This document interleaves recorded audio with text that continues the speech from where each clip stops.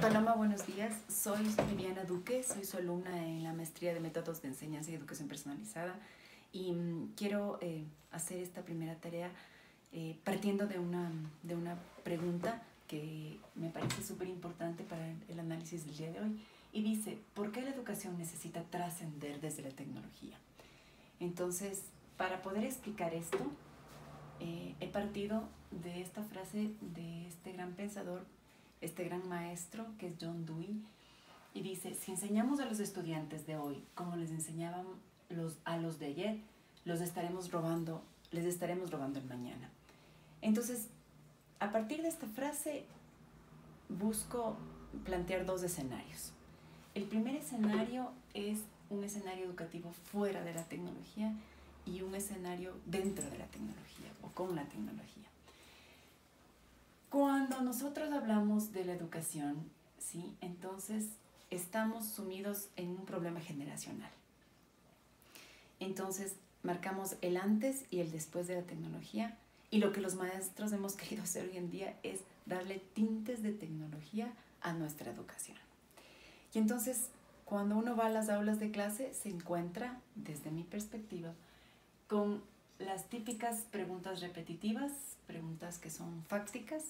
¿Qué es la célula? ¿Qué es la filosofía? Preguntas que no tienen movilidad, que están cargadas de mucho contenido, pero no hay un proceso de reflexión, ¿sí?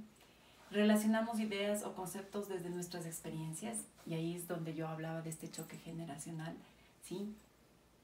Estamos hablando que hoy en día los chicos son nativos tecnológicos, y entonces nosotros queremos dar la clase desde nuestros referentes, ¿sí? Desde nuestros constructos hacia ellos, ¿sí? Y entonces ahí es donde nosotros no podemos pensar en el uso de la tecnología en su amplia magnitud, sino más bien hablamos de el reemplazo del cuaderno por la tablet, pero seguimos usando el mismo método del cuaderno, seguimos llenando a nuestros estudiantes de contenidos y aparece el tema de las aulas, el pizarrón versus el PowerPoint, donde aparece esta famosa idea del Big Data. Amontonamos de información a nuestros estudiantes, pero ¿en qué momento le procesamos? ¿En qué momento hacemos que él se vuelva dueño de su propio aprendizaje? Entonces, aquí hay una frase muy buena que me gusta de un artículo de Claudia Rama, que hablaba acerca de los escenarios educativos en América Latina, y ella decía que hablamos de esta deselitización de la propia educación como una transformación en la conformación de las élites sociales. Y entonces ella hacía referencia a este término respecto a la masificación de la educación. Entonces, antes de educarse era un privilegio, hoy en día ya no lo es. Los chicos o todas las personas podemos acceder a la educación buscando esa idea de deselitización, o sea, quitar de la élite como algo especial. Pero cuando hacemos eso, caemos en una masificación de conocimientos, ¿sí? Donde a nuestros estudiantes queremos que lleguen a la universidad, cuando son estudiantes de colegio, queremos que vayan a la secundaria, queremos que vayan a la universidad para que cumplan ciertos programas, para que cumplan ciertos parámetros y puedan entrar. Y entonces, en ese punto, lo que hacemos es solamente masificar.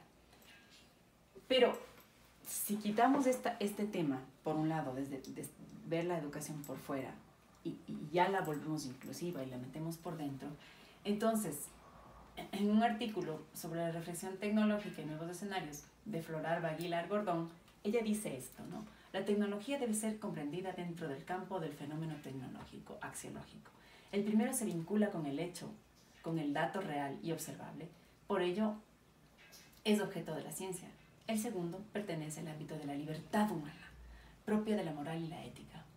Por eso mismo es objeto de la metafísica. Entonces, pensar nosotros en que este escenario que nosotros le planteamos ahora a nuestro estudiante no puede ser un escenario sin movilidad, un escenario masivo, sino más bien un escenario donde nuestros estudiantes tengan la capacidad, ¿sí?, de volverse, o sea, desde su propia naturaleza, que son nativos tecnológicos, darles movilidad a ese conocimiento, generar escenarios oportunos, adecuados, para que ellos sean capaces de generar desde su propia instancia un aprendizaje significativo, ¿sí? La labor del maestro, sí es verdad que somos guías, pero guías en ese aprendizaje autónomo de nuestros estudiantes, entendiendo las nuevas realidades de ellos, ¿no?